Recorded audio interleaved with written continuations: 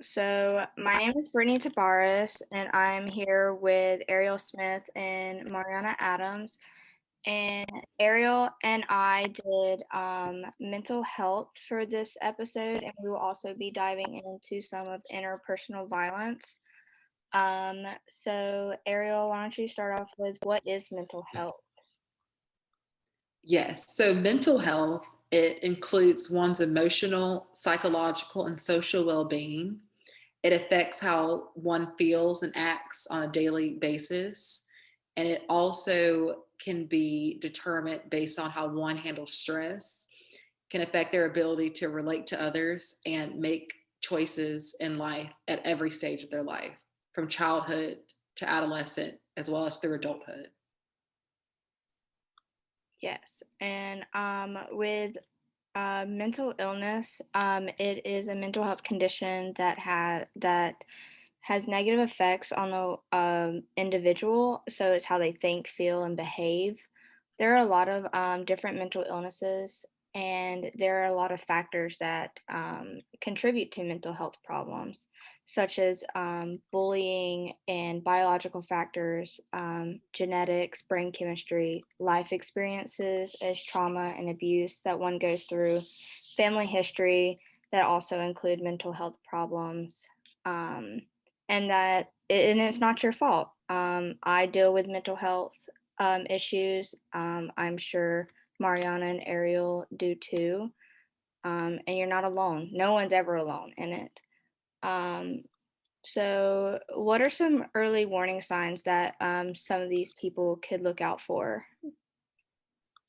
Yes, so early warning signs are a vast array of different things, but a lot of it can be generalized to excessive worrying, anxiety, whether that's about health or work or social interactions or even everyday routine.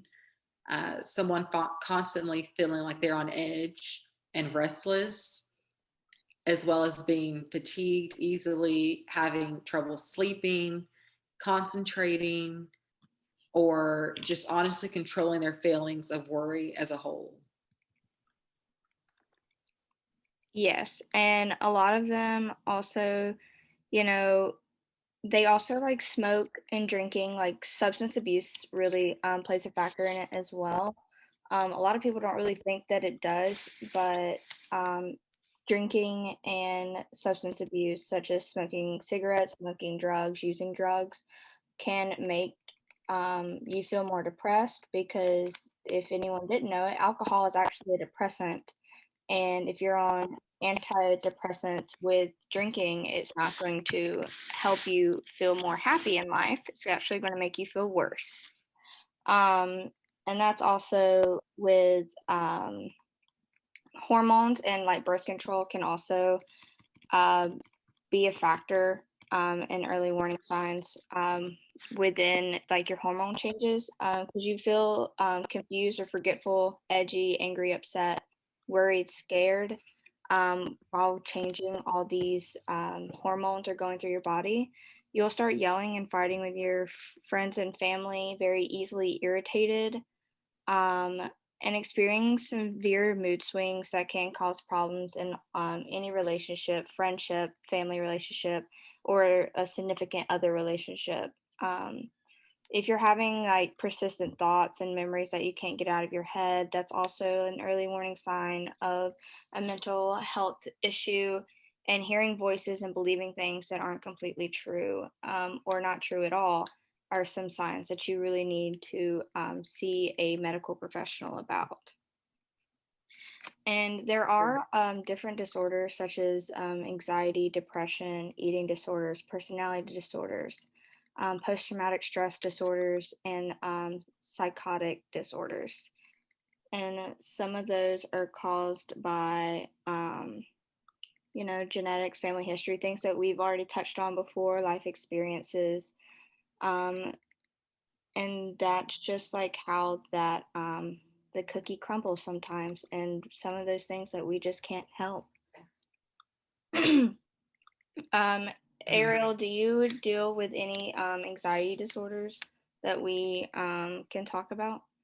So it's not necessarily a disorder, but it's been certain incidents, especially being a college student, just trying to worry about different things coming my way where being a control freak as I once was, it can cause a lot of restlessness. So anxiety of, oh, what may happen or what may possibly not happen in the future. So I think different things such as, like, personally for me, meditating and yoga has been fantastic and just helping me become more mindful and slowing down and remaining present and not trying to figure out what's next or trying to think too far back in the past. So I think different ways such as exercise, eating better, recalling positive life events, performing acts of kindness, expressing gratitude can really help maintain a positive mental health for a person, for sure. Yeah. Definitely. Do you have any experiences with anxiety, Mariana? I don't, but I've actually, and I still am. So over summer, when we came home for quarantine and leaving school, I just started to like not feel like really good about myself and like my body image. And I actually was like kind of living like my best life in the spring semester. And then, not really paying attention to like too much I was eating and just kind of, really being like carefree, I guess. And then coming home for quarantine, I noticed that I like started to gain weight and I was like, okay, that's like kind of concerning, but I'm not going to make a big deal about it. But then as like having to like stay home and not go out, it started to affect me mentally where I was like, oh my gosh, like I just am gaining a lot of weight and I don't like it. So it got progressively worse throughout summer to the point where I actually developed body dysmorphia at first. And then, so dealing with that, I was like, okay, well, hopefully like when summer ends and I'll be moving into my apartment with my roommates and friends, like it'll get better.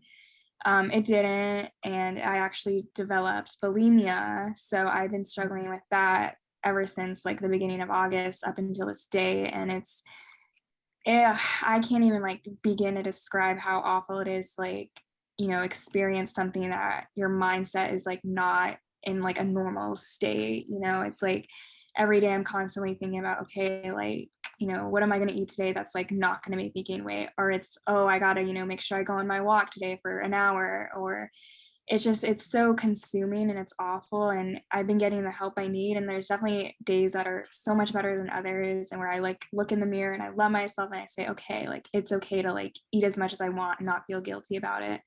But then there are other days where I'm like, oh my God, like I need to like restrict myself. I need to binge or not binge. I need to like take like laxatives or something like that. I definitely, one thing like I don't do as part of bulimia is I don't like ever starve myself, nor do I make myself throw up. But I have like done so much exercise to the point like it would be like right after every meal I would eat, or I would, take diuretics or just a lot of stuff that wasn't healthy. And like I said, it's still a struggle to like not do to this day, but I'm like on the road to recovery. But yeah, it's one thing to like hear about a disorder and say, oh, that's awful, I can't imagine how that person must go through, but it's a totally different thing to actually experience it since your mind is just gone essentially. Yes. Thank you so much for sharing your personal story on your eating disorder.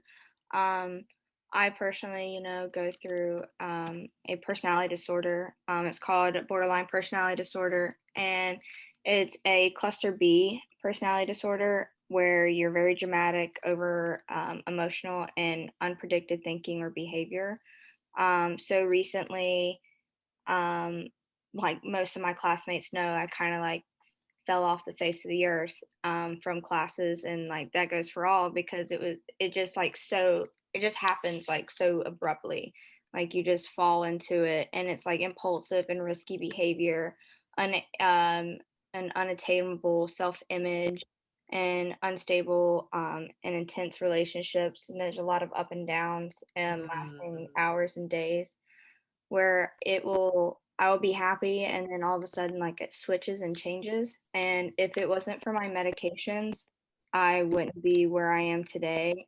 Even though I'm still going through medication changes, because not all medication is going to, your first medications are never always going to work. for some people it does work, some people it doesn't. I've done medicine changes. I think this is like my fourth time in the last 2 years of being diagnosed. So, I don't like the way I feel, and I know a lot of people don't like the way they feel, especially when they're not getting the help that they need, and not having a good support system. And a lot of it, a lot of mental health does come from a good support system within yourself and then those around you, and that's very important. Sure. And then I know that Ariel knows a bunch of help and resources within the Clemson area and outside of Clemson, if she wants to talk about those.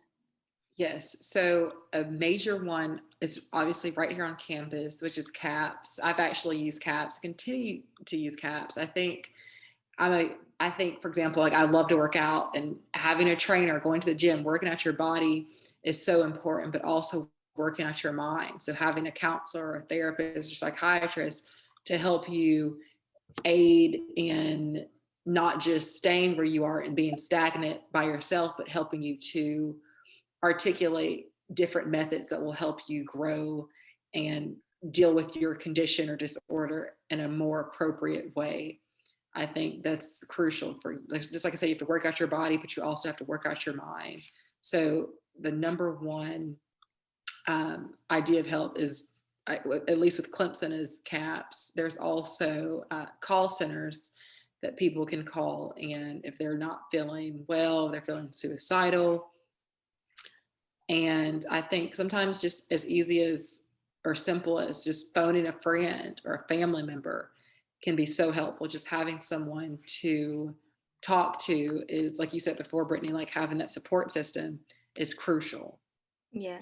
And don't be afraid to ask for help. I experienced a lot of saying, well, I don't want to be different. I just want to be normal. But one thing I've learned, and especially something that's dug into my head by my therapist and psychiatrist, is no one's normal. No one, Right. everyone just doesn't simply talk about it. And a lot of students, even me, Marianna, and Ariel, we feel like we can't ask for help due to the unknown, and something that might happen that we have no control over. And that's it's very important. And not everyone has the same symptoms with depression and anxiety and eating disorders, kind of like what Marianna talked about with her bulimia. She didn't ever make herself like throw up or anything too crazy that some bulimia nervosa people suffer with. But she still was diagnosed with it and still like going through it. And same with Ariel. Although she's never been diagnosed with an anxiety disorder, like she's dealing with regular anxiety that every college student or student faces. And that's okay. Just always know where you can find help and seek it out.